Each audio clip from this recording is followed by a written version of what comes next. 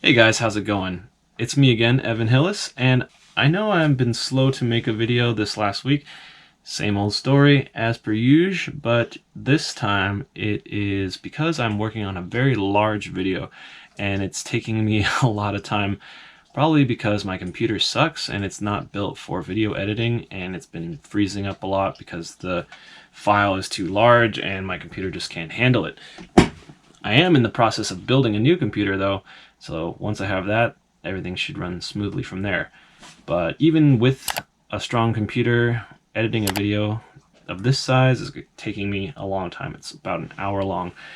And it's about an important topic, which is something people have been asking me a lot about, which is how my situation was handling the virus while living in China during all that pandemic stuff. And basically how did China manage to get through it okay, and how is it like now, which if you've seen any of my other videos, you can see it's pretty much back to normal. People are free to not wear masks anymore, except for in very crowded places like the train station and stuff like that. But other than that, it's pretty awesome. So anyways, I'm making a big video about that, and you'll be getting that whenever it's done, I guess. But in the meantime, I wanted to give you guys something else, which is a shorter video, which is what I'll be making today. And it's about this article my friend sent me. It's called the 24 Funny Differences Between China and the United States. And it's written by Africa Time, so who knows? Or someone named Jessica Wong. So sounds like a Chinese name. But apparently the article is by Africa Time, so I don't know how much. These are all kind of assumptions, but I thought some of them were pretty interesting. Some of them I don't agree with.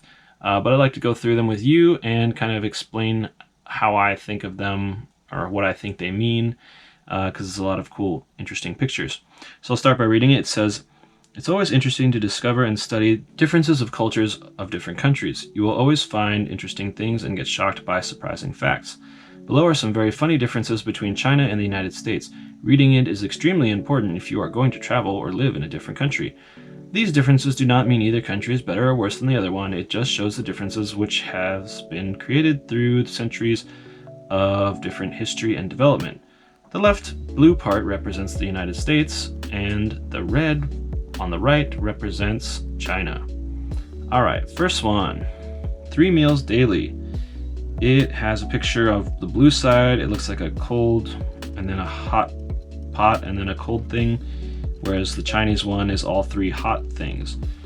I guess that's kind of true. They do like their soups. They're always drinking hot tea, and hot water is a very big thing over there. Ice water is only really available in foreign restaurants if you ask for it, and it's very sometimes they don't even have it. You can get cold drinks and stuff at the store. Obviously they have a fridge and stuff like that, but yeah, I don't know. So certainly we drink, we usually have cereal for breakfast, so maybe that's what that first cold one is. But for dinner, I don't know why it's a cold symbol. Anyways, so that one not necessarily agree with, but whatever. This one, interpersonal relations. So on the left side with the Americans, it looks like you see, okay, one person knows another person, and then they know another person, and it's kind of like you just know the people that you hang out with and care about. Whereas in the Chinese side, it's like everybody knows everybody, and everybody's in everybody's business. Where everybody knows your name. That one I kind of agree with in some ways, but in a lot of ways, I don't know. In China, it definitely felt like certainly there's a stronger sense of community in some ways, but certainly if you don't know people, you don't really care about them there, or like you don't treat strangers with the same respect as someone that you actually know. Like out on the streets, it's kind of every man for themselves, but once you're invited into someone's home, it's like you're super hospitable and people are treating everybody very nicely. So I don't know, that one so agree with. All right, next one, mood and weather. Sun means happy, rain means you're sad. Whereas in China, You're happy if it's sunny or rainy. Meh. Kind of. I lived in Guangzhou where it was super like tropical weather. So in the summertime, you would get lots of crazy rainstorms, and anytime it even started sprinkling, I'd see people start running, and that really confused me at first when I first moved there. And then I was like, oh, it's because you never know when a huge torrential downpour is going to come, and some of the craziest storms I've ever seen. And then we'd get like typhoon warnings, and then they would shut down school, and it would be a drizzle. But then some random day out of nowhere, there'd just be a huge flooding rainstorm, and we'd still have to go to work because it wasn't technically a typhoon. The one time they did shut it down because it was literally flooded the whole streets, and it was dangerous to even go on the streets. So that one, again, don't really agree. Chinese people tend to not like rain, but I don't know. Chinese people definitely do have more of a mental fortitude, I think. I've seen people in China deal with things that I would go crazy, such as working in a store where the same 30-second clip of a song plays on repeat the entire day. And I'm like, how is this person not going insane listening to Single Ladies, the chorus, on repeat all day? Oh my god, I would die. Anyways, next one, lifestyle. You got one guy all by himself in America, and in China, you got a lot of people with you. I guess somewhat that's true in the sense that people, we're more individualistic, I guess, in the US, whereas in China, people are more communist or communal. Yeah, that's the word. But yeah, so I guess that's what they're trying to say there. Means of transport. Okay, this one I do agree with. Let's see. 1970, people drove cars in America, and in 1970, more people rode bikes in China. And now in 2006, people tend to ride bikes more, probably because of health reasons, I guess, and more people in China are driving. That's sort of true. Definitely bikes, though, are still a big thing in China, and the shared bikes are way more popular in Guangzhou, at least, than they are in the US. I heard they came and went while I was still living there, and I didn't even see them when I came back to visit. What we have now are those bird things, or those little razor scooters that you can rent in the US, but in China, the bikes are still quite popular. This one, it says, life of old people. Okay, in America, you're old and then you have a dog, and in China, you're old and you take care of the grandkids. That one's definitely true. A lot of parents, they are working super hard and tend to work a lot and travel a lot, so usually the grandparents end up raising their kids, and some kids don't even see their parents that often, or maybe they'll see their mom more often, but the dad is oftentimes traveling, especially the kids that come to our schools that are probably more wealthy. Yeah, that's definitely something that's true, and the grandparents usually tend to live with the family as well. So old folks' homes are, I've never even heard of one or seen one. I'm sure there are some around, but it's certainly not a thing like it is in the US. So that one I agree with. Street scene on the weekend. Okay, yeah. Well, certainly that's just about the population. But yeah, on the streets in China, oh my gosh, it can be really crowded sometimes, and just all the time, not just on the weekend. And certainly compared to Arizona, we're a lot more spread out and a lot more land coverage. Even though we have a big population in the Phoenix metropolitan area, it's just not as condensed nearly. And obviously Guangzhou, it's got like triple the population of Phoenix, but still. All right, next one, self-awareness. Americans, very self-aware. Chinese, not that self-aware, according to this picture. That one I kind of agree with. I'm not sure.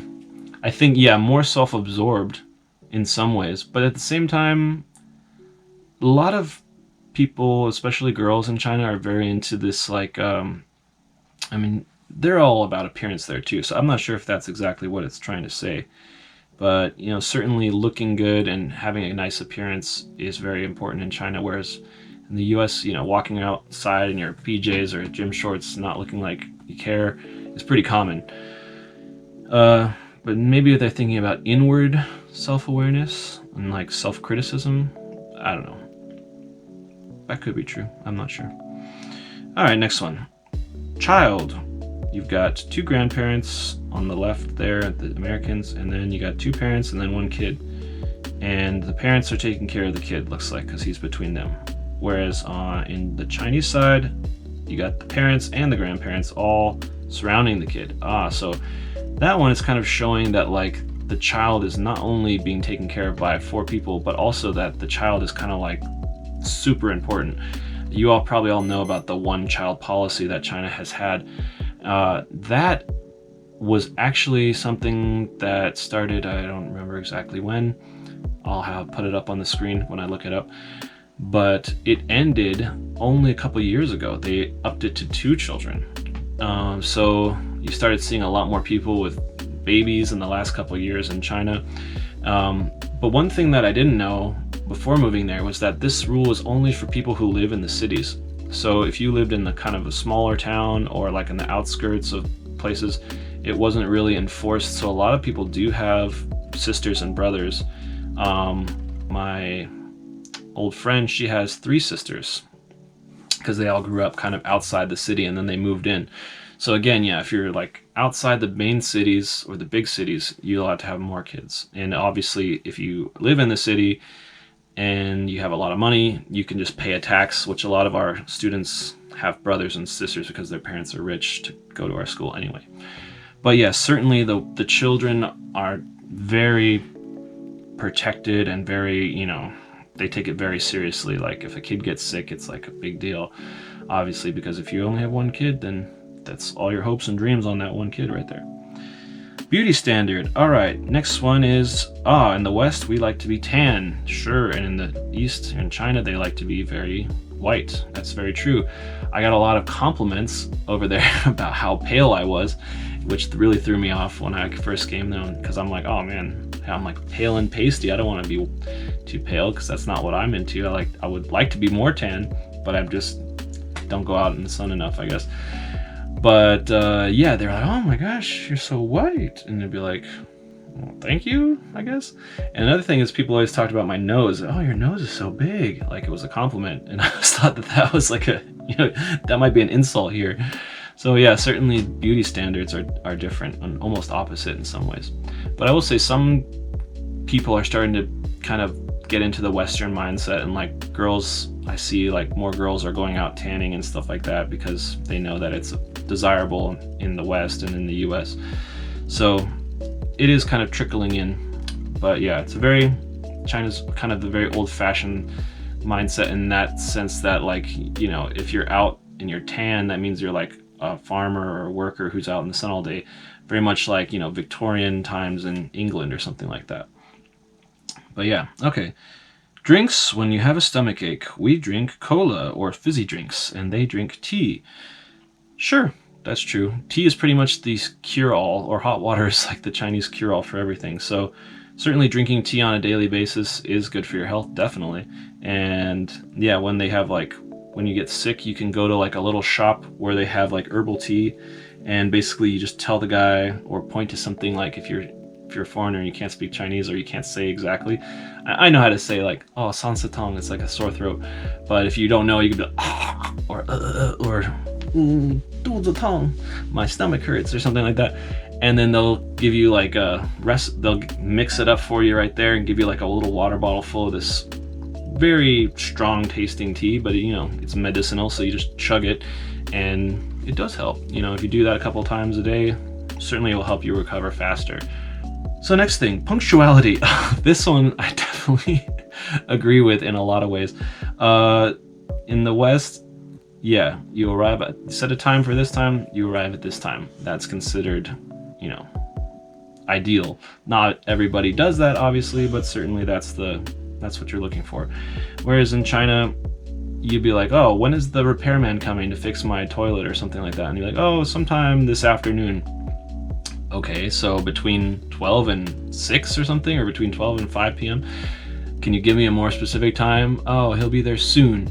I get this all the time. And it'd be like, anytime that there's like a repairman or someone coming over to the house and like you need to be there to meet them, they never can give you like a direct time. and it's always like a very general, oh, between this hour and this hour, and you're like, oh my gosh, so I basically just need to stay home all day, wait around for this guy to show up. So I definitely I can agree with that. Now, obviously for school and stuff like that, like work, you need to be there on time, just like here. But for other things, like, it just depends. But yes, appointments can be very loose, let's put it that way.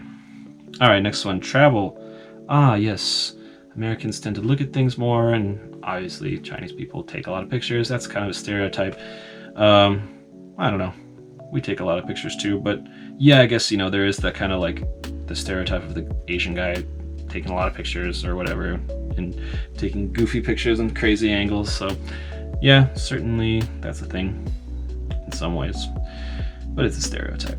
Anyways, lining up. Okay, yes, this one definitely. So in America and a lot of other places, lining up is very important. People get very pissed off if you don't line up. Whereas in China, lines are kind of suggestions more than actual things that you need to follow. And places like, if you're in the grocery store or you're lining up for something big like that, usually people follow the line rules, like going into the airport or going into the train station for the long distance train tickets. But in the metro system, like the subway, or in the say, like if you're in this convenience store, the lines are a lot more like, okay, just everyone for themselves. And that really threw me off when I first got there. I think I mentioned this in another video, but yeah, it's like if you're too slow to buy something, someone can just come up and put their stuff down, and then the cashier will pay for it, or take it from and help them out first. And I think that's because of the population. But things in the metro system, oh gosh, that really frustrates me, because they have system, like they have arrows for lines, and they tell people to, wait and let people get off first before you get on. But sometimes it's just so busy, and then some jerk will come up and stand at the front of the line, like next to the first person, and then everyone else starts forming up behind that, and then it becomes like 2 or 3 lines, and then just becomes this giant cluster F.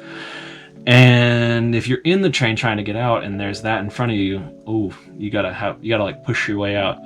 Enjoy that, because I get to knock some people over for not knowing how to line up, just to teach them a lesson. But yeah, it has gotten better though. They have been putting up like PSA signs and videos in the train stations telling people how to line up. So I think it'll take a while before it becomes universal. But again, it's kind of the growing pains of a society that's advancing so quickly, and you have a lot of old people that don't understand how modern infrastructure and all that should work. But anyways, next one, showers. Shower in the morning in America, shower at night in China. I guess it depends on the person, but I definitely have heard things in China where they say you shouldn't shower at night, because if you go to bed with your hair wet, then you'll get sick. And there's maybe some truth to that, especially if you have like the air conditioner blowing on your head. But I've always gone to bed with my hair wet, and I never had a problem with it. And I shower at morning or night, usually at night because I'm not a morning person. But so yeah, depends with that one. But I guess in general, maybe that's true. Okay, next one, the ideal opposite side. I guess it's like, I don't really get that one. So Americans like Asian people with tea and rice. So we like Asian style, Asian tea and Asian food maybe. And they like Western hats and sausages and beer. I don't know. That one I'm not really sure what that means, but I guess. Yeah. Making suggestions. Okay, this one is a good one. If you make a suggestion, usually in America, you just tell people straight up. Usually, if you're going to suggest something, it's not a big deal to just tell people directly. Whereas in Chinese, I noticed this is true, like in a lot of when people are talking, like instead of just, it's kind of rude to just come out and say exactly what you want or what you're trying to get or whatever. It's more polite to kind of like give a little background ask them about other things and kind of take this roundabout way of getting to the point of what you actually want. Because if you're just too direct, it can be seen as rude. So like I've definitely had it where I first was there and I couldn't speak any Chinese, and I had to like ask people to translate for me if I wanted to buy something, and be like, can you ask this guy how much are these things, or something like that. And she was talking to the guy for like a couple minutes before she gave her the phone back, and the guy and her were like talking, and then he's like, oh, he says it's this, this much. And I was like, how did it take you like 2 minutes of talking to like just ask that one question? But yeah, again, it's kind of rude to just go right into the question. It's kind of like, oh, we got to give you some information and blah, blah, blah. And I think the guy was also trying to sell it up because he was trying to rip me off anyway. But whatever. Yeah, I think that's true. Okay, next one. So going to a party. So it looks like in the American side, they're saying everybody kind of finds their clique or their friends or their group that they like and kind of mingles with those groups and breaks into smaller groups and everyone goes around. Whereas in the Chinese side, everyone is in a big circle and they're all doing something together. This is kind of true. Certainly when it comes to things that we did with our school, like when we had like a teacher event, all the teachers would go. The Chinese teachers and the principal would always try to organize some big group thing where we're all, I don't know, playing a game or some kind of team building experience or bonding thing like that.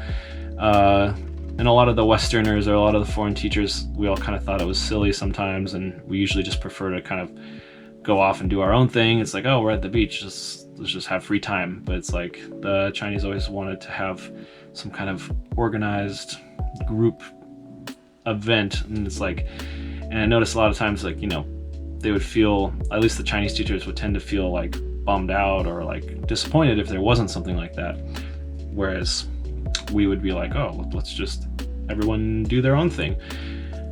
And that's kind of a general thing, but usually, obviously we'd get a free time eventually. But yeah, I think that's what they're trying to say, at least. Next one is decibels in a restaurant. This one's super true, in my opinion.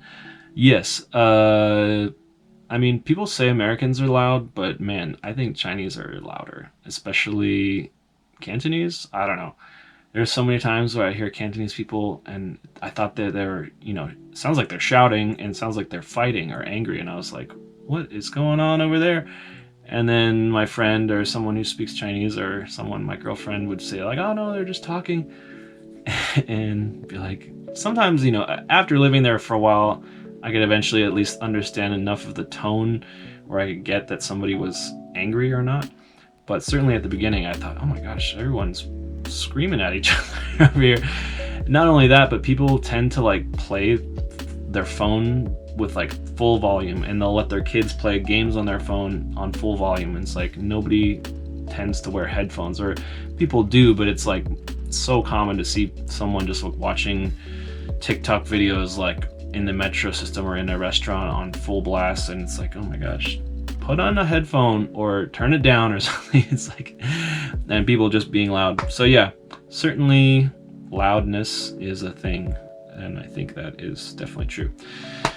Handling problems. So the American side, the guy's walking over the circle and looks like he's or whoever, the footprints are going over the circle, and on the Chinese side they're going around the circle. So what do I think about that one? As far as the Chinese one, I think I get what they're saying. Is like Chinese people tend to kind of avoid conflict if it's not directly related to them. Certainly this is a thing that's been kind of a problem in sometimes, like when people are, say, fighting, or there's a man hitting his wife or his girlfriend in public or something like that, like where, here it'd be very common for people to like step up and say something and stop it from happening, or get involved in something that's not their business to try to stop it from happening. Whereas there, it's like nobody gets involved. Everyone's like, mind your own business, because if you do get involved, you might get implicated in it in some way too. Especially if you're a foreigner, you might, if you try to stop a fight from happening, you might end up getting in trouble just because I've heard this story, is that two guys fighting would tell the policeman that the foreigner, had started the fight in some way, and then he would get questioned or in trouble or something like that.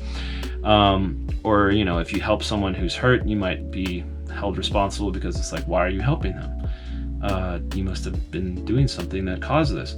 So people just kind of tend to avoid those things. I'm not sure if that's exactly what they're meaning by this, but that's what I take away from it, at least. Whereas the Western side, it's like, I don't know if it's saying like they go through the problem as in like meeting it head on, or if it means that they just like kind of blow past it and avoid it without thinking it, or, you know, just try to ignore it in that way, and just carry on anyway. I don't know. So I'm not really sure what the American side means, but I think I get what they're trying to say with the Chinese side. And again, I think this was written by a Chinese person, so don't get mad at me. I didn't make this thing. Anyways, attitude towards new things. So on the American side, they're staring at the triangle, and in the Chinese side, they're picking up the triangle and examining it. I think what that means is that they're saying Chinese people are more open to new ideas than Americans are, and that might be true. Certainly, we are kind of a conservative place in a lot of ways. However, so is China, so I don't know. But as far as like technological things and growth and, you know, how much China has changed in such a short time, from like 1950, where it was like total poverty and famine and all this stuff, and, you know, very, very rudimentary technology, to now where it's like, you know, this huge technological powerhouse, and they've got all this stuff. And, you know, this is in some people's lifetimes. You know, if you were born as a kid in the 50s in China, you've seen China go through a huge transformation in adopting lots of new ideas and all these things. So in that way, I think that's true.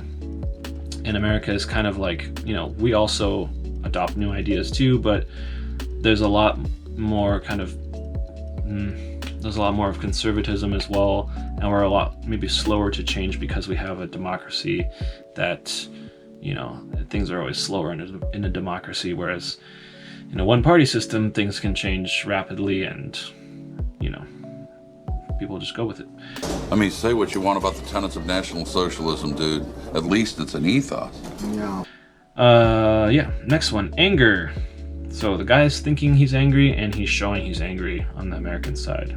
We show our emotions, wear our emotions on our sleeves, and then on the in the right side, the Chinese guy is thinking he's angry, but he's still smiling.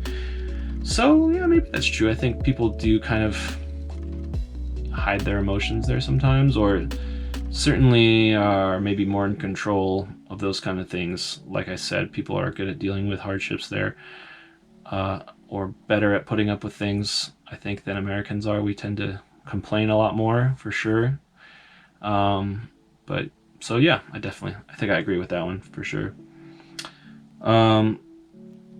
In trend,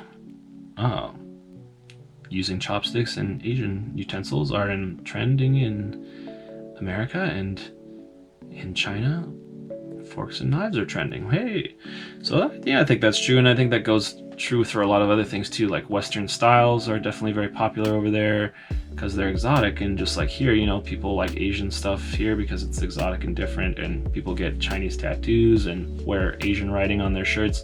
A lot of times probably don't know what they mean, and the same thing happens in China. You get people wearing English shirts, and sometimes it's just complete gibberish, or sometimes it's like something really offensive and funny that nobody maybe they don't know what it says and they're just wearing it because it has English writing.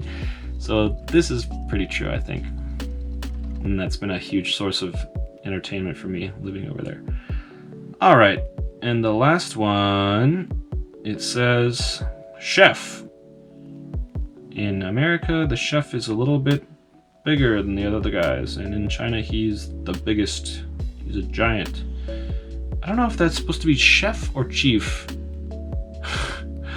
If it's chief, it makes more sense to me, in the sense that, like, you know, we have a president, but he doesn't have absolute power. There's a whole division of power between the people and, you know, Congress and Senate and all that stuff. So, and then in China, you know, obviously they have other people than only the president, Xi, but he certainly has a lot more power to do things. If they mean chef, I don't know. Maybe we don't value our chefs as much as they do in China. I don't know. Could be. But yeah, so that's pretty much it. You got some people over here going, oh, not all correct. Not true at all. Funny thing is, you didn't even show any data to support your results. It looks like some people were a little butthurt about this. I hope none of you guys were offended, but again, I didn't write it. I'm just reacting to it and giving my takeaway based on my experience. So I hope you enjoyed this video. I thought it was pretty interesting, and I hope to see you guys in the next one, and stay tuned for that long video coming up any week now. One of these days I'll finish it. All right.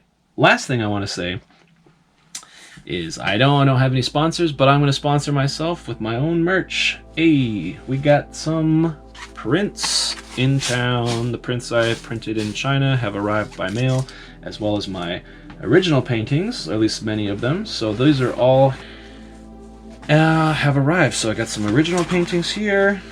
You can kind of see that. I don't want to unroll the whole thing. And I have canvas prints made as well. You can see that a little bit there.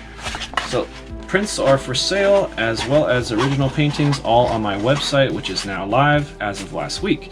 So you guys can go check that out if you're interested in buying some art prints or original paintings, or if you're interested in doing a custom commission, you can also contact me and I can do that as well. I'm currently working on one right now. So go check that out. My website is called evanhillisart.com. And once again, evanhillisart.com. Go check it out. Maybe pick yourself up a print or a painting, maybe as a late Christmas gift. Or if you order right now, you might be able to get it in time for Christmas, but it's getting it close. So anyways, just wanted to give myself a little shout out there. And I hope you guys are all doing well, and I will see you guys in the next video. And until then, my fellow Earthlings and loyal friends, you guys stay safe and be good to each other. All right, bye.